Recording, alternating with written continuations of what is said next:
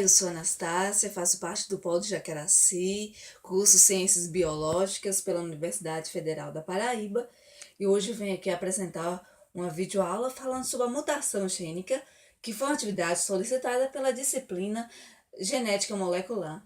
Então, primeiramente, para falar o que é mutação. Mutação ela é a fonte de toda a variabilidade genética. As mutações ela pode ser espontânea quando ocorre sem uma causa conhecida, quando não se conhece a causa da mutação. Esses são resultantes de, um erro metabólico herdados como os que ocorrem durante a replicação do DNA. Quando ocorre, então, um erro durante a replicação do DNA. E isso vai causando a mutação espontânea. Já quando a gente sabe qual é a causa, né? A causa é conhecida, ela é chamada de mutações induzidas. Isso porque elas são aquelas que são resultantes da exposição do organismo a algum agente mutagênicos. Esses agentes podem ser radiação ionizante, luz ultravioleta, pode ser também vários outros agentes químicos que reagem com o material genético. E a mutação ela pode ser recessiva ou dominante e pode ocorrer em qualquer célula e em qualquer estágio do ciclo celular. Ela pode acontecer em qualquer ciclo, em qualquer tipo de célula. E as mutações germinativas, assim como as mutações somáticas, elas podem ocorrer em qualquer estágio do ciclo reprodutivo. Só que, em alguns estágios, elas são mais frequentes, acontecem com mais frequência, né? Mais vulneráveis do que em outros estágios. Mas em todos os estágios podem acontecer sim. A estrutura das bases nitrogenadas não é estáticas e os átomos de hidrogênio ele pode se mover de uma posição para outra, né? Como assim? Nas purinas virar pirimidinas e tais flutuações químicas elas são chamadas de modificação tautoméricas, nome difícil de falar. Então, as formas mais estáveis das bases nitrogenadas, elas são mais comuns, é a timina, sempre se parear com a adenina. E a citosina fazer parear também com a guanina. Então, quando acontece um errinho assim, parear com outra já faz uma mutação gênica. Então, a substituição de pares de base, como eu já falei, quando acontece uma substituição, acontece o que chamamos de transição. Agora, quando há uma substituição de uma purina por uma pirimidina, ou vice-versa, isso é chamado de transversões. Isso é conhecido como transversões. Então, para a gente entender melhor como é que acontece a mutação gênica, eu vou estar explicando para vocês como ocorre a anemia falciforme. A anemia falciforme, como eu já tinha falado antes, ela é uma doença que ataca as hemácias.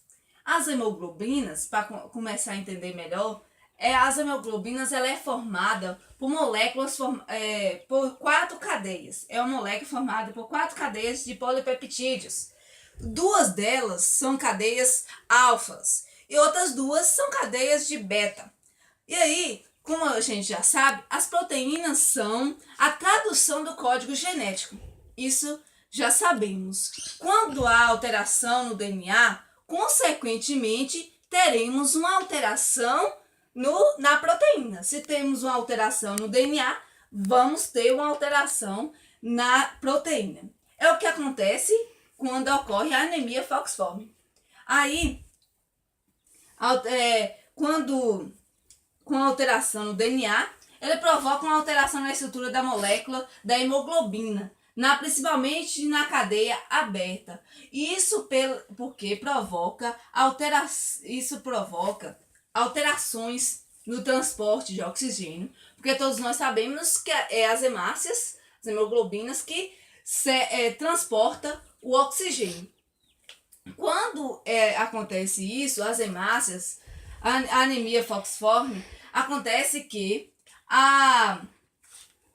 na normalidade acontece assim, ó, fica citosina, adenina, a tinina e a citosina novamente. Nessa combinação aqui, ó, citosina, tinina e citosina, vai formar o ácido glutâmico. Quando acontece uma mudança da tinina com a adenina, então vamos ficar citosina, adenina e citosina. Isso provocará danos na forma das hemácias. Como mostra aqui, ó, eu sou um símbolo desenhado aqui, não está mostrando realmente como é as hemácias, mas dá para identificar. Ela fica, quando está na formação normal, aí elas ficam na forma arredondada, avermelhada, e faz o transporte corretamente do oxigênio e dos outros gases. Já quando isso acontece, quando tem a citosina, a adenina e a citosina, vamos formar um aminoácido que é chamado de valina. Com essa mudança, com essa formação da valina no lugar do ácido glutâmico, vamos formar hemácias nesse formato de foice, de formato de meia-lua. E nesse formato aqui, temos duas consequências. Principalmente provoca o mau transporte isso provoca o mau transporte do oxigênio, do gás. Quando isso acontece, é porque essa molécula aqui desse jeito, dificulta a entrada do oxigênio nela. E também porque a alteração na morfologia dificulta o deslocamento delas nos vasos sanguíneos, né? Então, dificulta, além de dificultar a entrada do gás oxigênico nas células, ela também, o transporte dela no vaso sanguíneo é dificultado. Então, isso provoca uma deficiência no transporte de oxigênio, como também lesões, que são lesões principalmente renais, porque normalmente quando a célula é assim, ela é mais dispersa, ela se quebra e são eliminadas. E por conta disso, são mais eliminadas, os rins têm mais resíduos para eliminar, né? Com isso, ele vai ser sobrecarregar, ele vai ter mais tarefa a fazer. Então, vai ser sobrecarregar e isso vai causar uma lesão, problemas renais, né? As lesões renais. E essa é um exemplo de doença de origem genética, como vimos no início da explicação. Então, a origem genética é quando a alteração acontece no DNA e isso vai provocando doenças, e como mostra esse aqui. Além dessas, da anemia falciforme, tem outras também que são provocadas por origem genética. Isso é tudo que eu tenho a apresentar a vocês. Um abraço e até a próxima.